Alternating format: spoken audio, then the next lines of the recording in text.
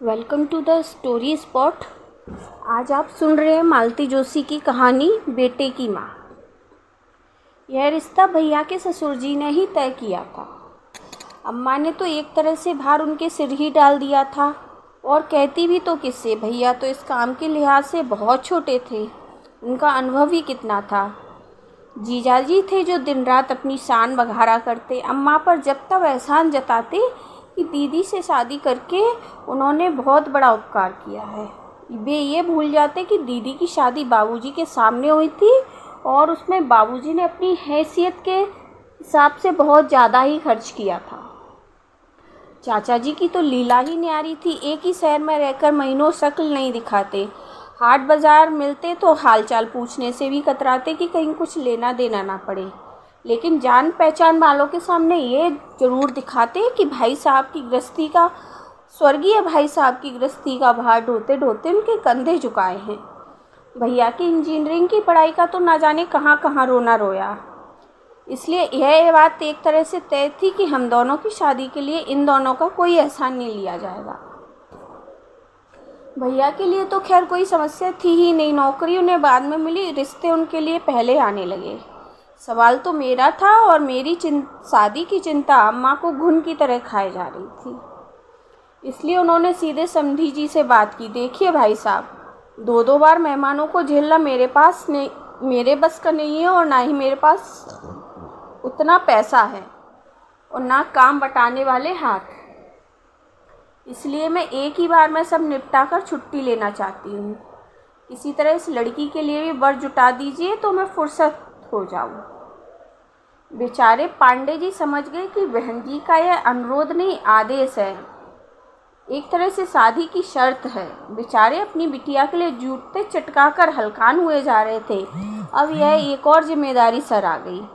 अपनी लड़की के लिए बर खोजना फिर भी आसान है, अपनी हैसियत का, औकात का पता होता है, भले बुरे की जिम्मेदारी भी अपनी, पर दूसरे के लिए काम करना तो 10 बार सोचना पड़ता है। इंजीनियरिंग दामाद पाने का लालच उन्हें बल दे गया, और उन्होंने मेरे लिए भी एक नायाब हीरा खोज दिया। अंग्रेजी में गोल्ड मेडलिस्ट, MA PhD, अपना मकान, घर में केवल भाई भाभी, मकान भी 2 हिस्सों में बटा हुआ, जब मर्जी किराएदारों को हटाकर अपनी गृहस्थी बसा लो।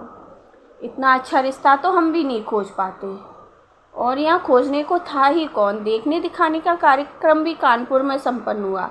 हम लोग भाभी की गोद भरने गए, भैया भी साथ हो लिए, वहीं पर उन लोगों को बुला लिया, परिचित तो थे ही, साथ में बात भी हो गई। और चाचा जी ने लड़के को 101 रुपये शगुन देकर पक्का कर दिया।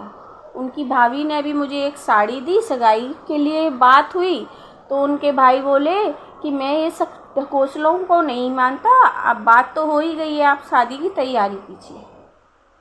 दिवाली के बाद पहले 2 मुहूर्तों पर शादी तय करना हुआ।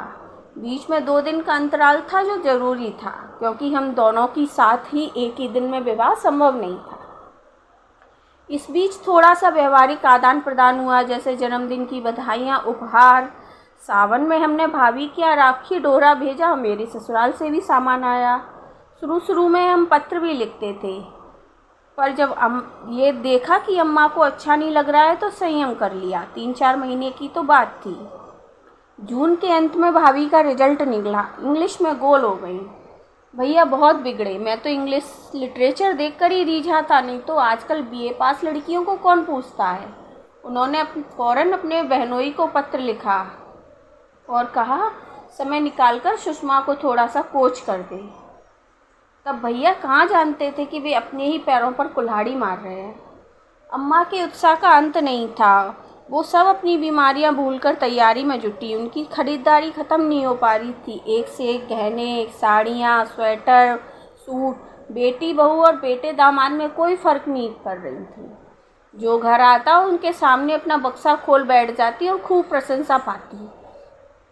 बाबूजी की मृत्यु के बाद पहली बार माँ को खुश देखा था।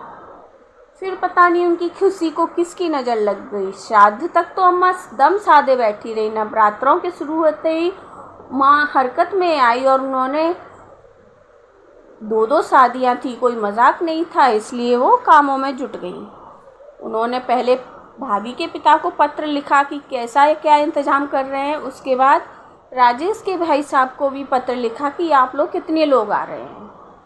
अम्मा ने लगातार 3-4 चिट्ठियाँ दी पर कोई जवाब ना आया। टेलीग्राम किए पांडे जी तो उन्हें भी पी गए, पर राजेश के भाई साहब का 1-2 लाइन का पोस्ट कार्ड आया कि हो सके तो तारीख बढ़ा दो। अम्मा तो एकदम बोर आ गई। तारीख आगे बढ़ाना कोई मजाक है? यहाँ सबका बयाना दिए बैठे हैं, सब डूब जाएगा। हार कर अम्मा ने जीजाजी को कानपुर भेजा कि सारी बातें तय कर कर आएँ। उन्होंने किया तो कुछ नहीं, उल्टा आते ही बरस पड़े। ऐसी बेइज्जती करवानी हो तो हमें ना आगे से भेजा कीजिए। आखिर क्या हुआ? होना क्या था? लोगों ने हमें हरकारा ही समझ लिया है। किसी ने सीधे मुंह बात नहीं की। राजेश तो हमें देखकर दिल्ली चले गए। बोले जरूरी सेमिनार है। उनके भाई साहब बुखार का बहाना करके कमरे में दुबक गए। बस एक भाभी थी जो हर घंटे भर बाद हमें चाय नाश्ता कराती रही, जैसे हम वहाँ खाने ही आए हैं। पांडे जी को साथ ले लेते। वाह क्या कहने, आपके पांडे जी ने के यहाँ तो हमें किसी ने पहचाना भी नहीं, सुषमा ने भी नहीं। कहा तो दरवाजे से ही टरका दिया कि पांडे जी 3-4 दिन बाद के लिए बनारस गए हैं, जब वे लौट आए तब आइएगा। कसम मुझे अब जो आप उनके दरवाजे पर थूकने भी जाऊं। अम्मा तो सचमुच डर गई। जीजाजी इस अपमान का बदला भैया की शादी में ज़रूर निकालेंगे, इसमें संदेह नहीं था। फिर अम्मा ने चिरौरी करके चाचा जी को भेजा। चाचा जीजाजी की तरह सोफिस्टिकेटेड आदमी नहीं थे, बिल्कुल ठेठ किस्म के जीव थे। मान अपमान की परवाह किए बिना बात की तह तक ही पहुँचकर ही दम लेते। चाचा जी ये खबर लाए जिसको सुनकर हमारे पैरों के तले की ज़मीन खिसक गई। खबर सचमुच बहुत भयानक थी। अंग्रेजी साहित्य पढ़ते पढ़ाते सुषमा और राजेश एक दूसरे को कब पढ़ने लगे पता ही नहीं चला। जब पता चला तब तक बहुत देर हो चुकी थी। समझाने बुझाने के सारे प्रयत्न विफल हो गए और एक दिन किसी मंदिर में फेरे लेकर इन दोनों ने विषय ही समाप्त कर दिया। पांडे जी बेचारे क्या कहते, बस चाचा जी से क्षमा मांगते रहे। लेकिन राजेश ने साफ कह दिया, सगाई वगैरह तो हुई नहीं थी। I was not legally bound to her. I was not legally bound to her. अगर सगाई भी हो जाती तो भी क्या फ़र्क पड़ना था? मन क्या कभी इन बंधनों की परवाह करता है? सुषमा को ही सगाई का बंधन कहाँ रोक पाया। अम्मा तो गुस्से से पागल हुए जा रही थी। उस दिन भैया जैसे ही काम से लौटे वे उन पर टूट पड़ी और पढ़ा ले अंग्रेजी। पता नहीं रानी जी को कहाँ की कलेक्टरी दिलवानी थी। अरे नहीं आती थी अंग्रेजी तो ना सही, हिंदी में बात तो करती, क्या तुम छोटे हो जाते? और अब 4 लोग सुनेंगे तो कितनी इज्जत बढ़ेगी। चुड़ैल सबके मुंह पर झाड़ू फेर कर चली गई। भैया हतबुद्ध से अम्मा का प्रलाप सुनते रहे। उनकी समझ में उसका सिर पैर कुछ भी नहीं आ रहा था। बड़ी देर बाद उनको पता चला कि क्या माजरा है और वे पत्थर हो गए। मैंने सोचा कि उनकी प्रतिक्रिया भी अम्मा की तरह विस्फोटक होगी, पर वे बुत बने बैठे रहे। थोड़ी देर बाद बिना कहे सुने बाहर चले गए। 12 घंटे बाद उनका छत बिछत शरीर ही वापस लौटा। इस अपमान, इस लज्जा को बर्दाश्त नहीं कर पाए और रेल के सामने कूद गए। मरना तो मुझे भी था, पर अम्मा को देखकर जी कड़ा कर लिया। इस वज्रपात को वह अकेले कैसे झेलती? दुख की इस घड़ी में मेरे सिवा और कौन था जो साई की तरह उनके साथ रहता? निसंदेह उनका दुख मेरे दुख से बहुत बड़ा था। तब से साल पर साल गुजरते जा रहे हैं। उम्र मुट्ठी से रेत की तरह फिसलती जा रही है और मैं वहीं की वहीं खड़ी हूँ जहाँ 25 साल पहले खड़ी थी। ट्रिंग ट्रिंग ट्रिंग एक साथ पता नहीं कितनी घंटियाँ बजी। तंद्रा टूटी तो देखा कंडक्टर कान के पास खड़ा चिल्ला रहा है, बहन जी उतरना नहीं है। हड़बड़ाकर उठी तो देखा सारी बस मुझे घूर रही है। कंडक्टर रोज का परिचित था इसलिए सज्जनता बरत रहा था, पर यात्रीगण क्या मुझे क्षमा करते? आधा मिनट की देरी भी उनके लिए असह्य थी, इसलिए उतरते समय कितनी ही फप्तियाँ सुनी पड़ी। आजकल तो लेडीज़ भी भांग पत्ती खाकर चलने लगी हैं। अरे किसी के ख्यालों में खो गई होगी उस उम्र में। शर्म से गड़ गई मैं। रास्ता चलते हुए भी जैसे ये आवाज़ें मेरा पीछा कर रही थी और मैं कुड़ती रही। क्या ज़माना आ गया है, लोगों में जरा भी लिहाज नहीं रह गया। जो मुंह में आया बक देते हैं। साथ वाले भी उन्हें टोकते नहीं बल्कि ही करके हंसते हैं। चलते चलते अचानक मैं ठिठक गई। अपने भुनभुनाते मन को मैंने ठीक से टटोला तो स्तब्ध रह गई।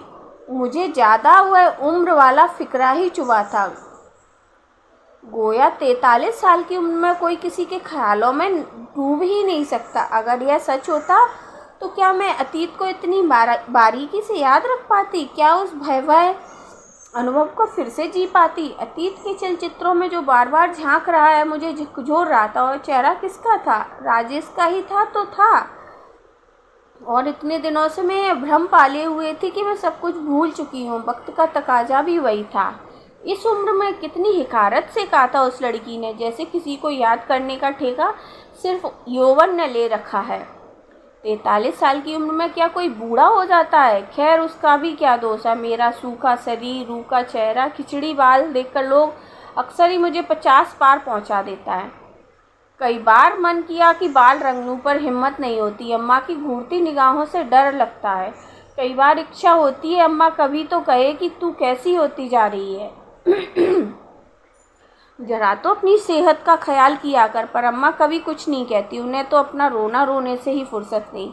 दिन भर बिसूरना और उसास भरना, उनके पास यही 2 काम रह गए हैं। अम्मा, तुम्हें वो मिसेज अहिरवार याद है? उस दिन पार्टी में आई थी।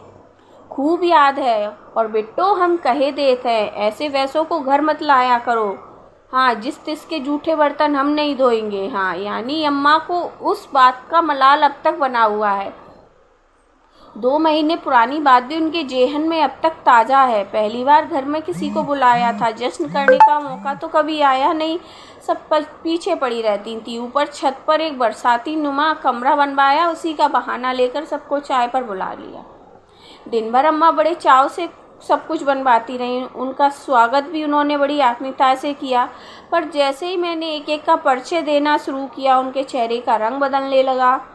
खाने में उन्होंने हमारा साथ नहीं दिया, जिसका किसी ने बुरा नहीं माना, पर सारी टीम मदद करने के बहाने चौके में घुस आई तो मैं समझ गई कि आज रात अम्मा का उपवास रहेगा। एक घूंट पानी भी ना पिएंगी।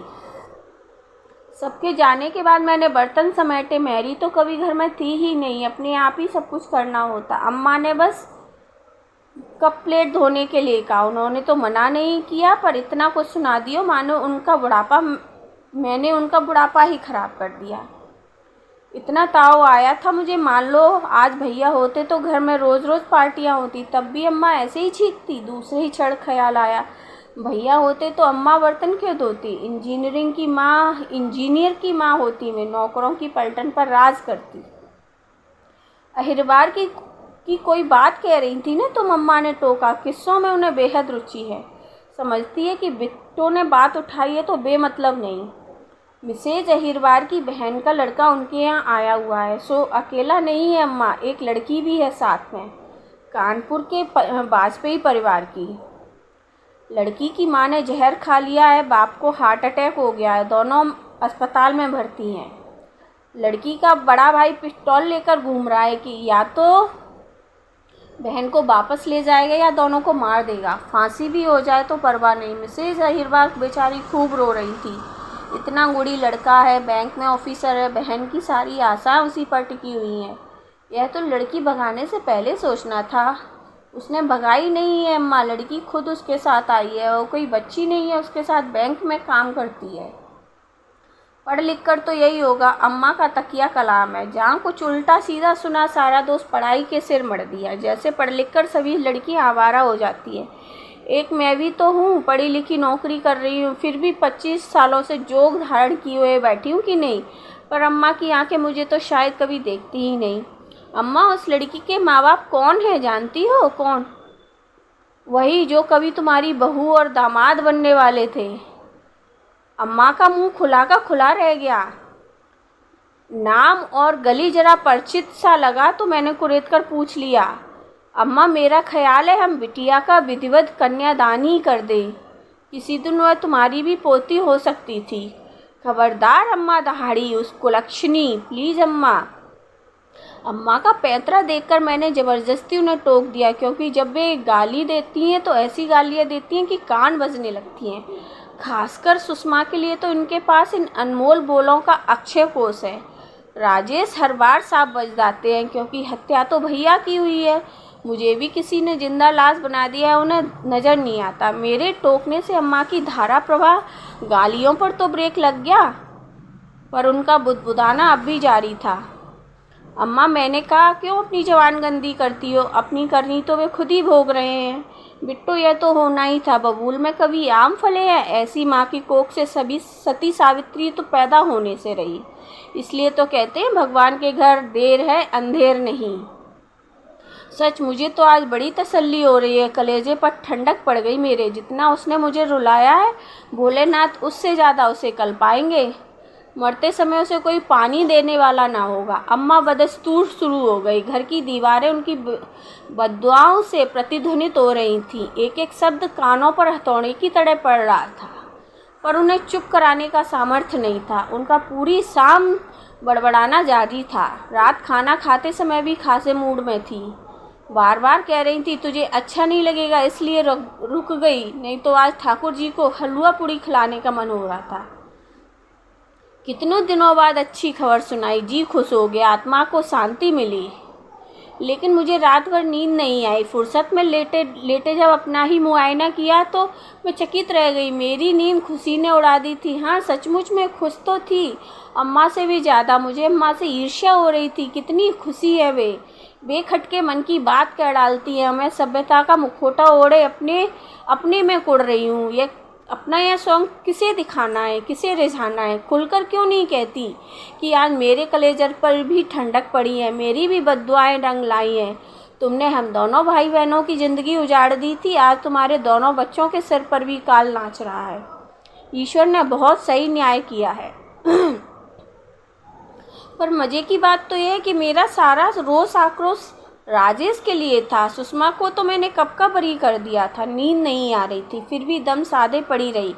करवटें बदलते भी डर लग रहा था। दूसरे कमरे के छोर पर अम्मा की चारपाई थी। बहुत दिनों बाद चैन की नींद सोई थी। सोचा, क्यों खटर पटर करूं।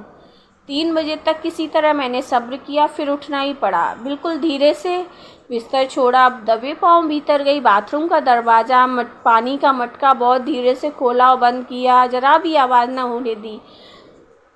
आवाज़ के डर से बिजली का स्विच तक नहीं दबाया। उसी तरह दबे पाँव लौटकर कमरे में आई। देखा, अम्मा की चारपाई खाली थी, और शायद वह बड़ी देर से खाली रही होगी, क्योंकि देर तक जागने के बावजूद मुझे उनके खांसने खखारने की आवाज़ सुनाई नहीं दी।